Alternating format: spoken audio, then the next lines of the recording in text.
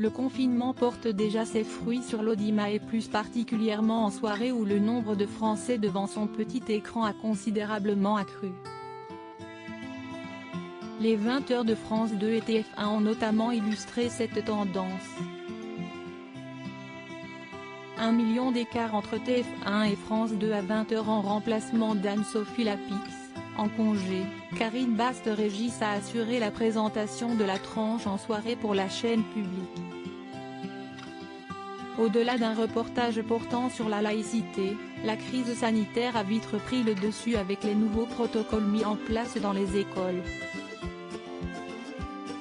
La situation des petits commerces et la fermeture des rayons non essentiels dans les grandes surfaces ont alimenté cette édition.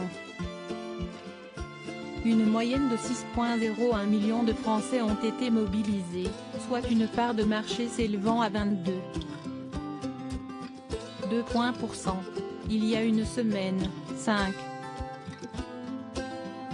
5,96 millions d'individus avaient été mobilisés derrière Anne-Sophie Lapix, correspondant à 23,4 % de part de marché.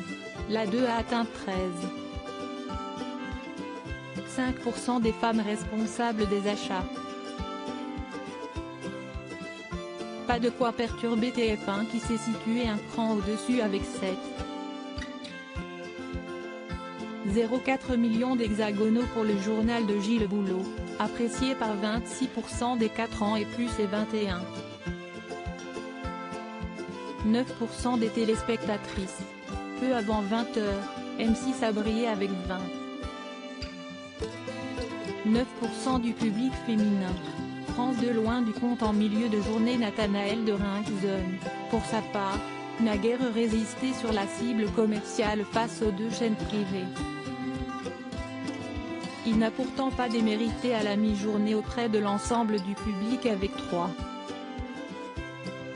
3,39 millions d'irréductibles, correspondant à 23,2 % des Français devant la petite lucarne, dont 13,8 % des téléspectatrices, contre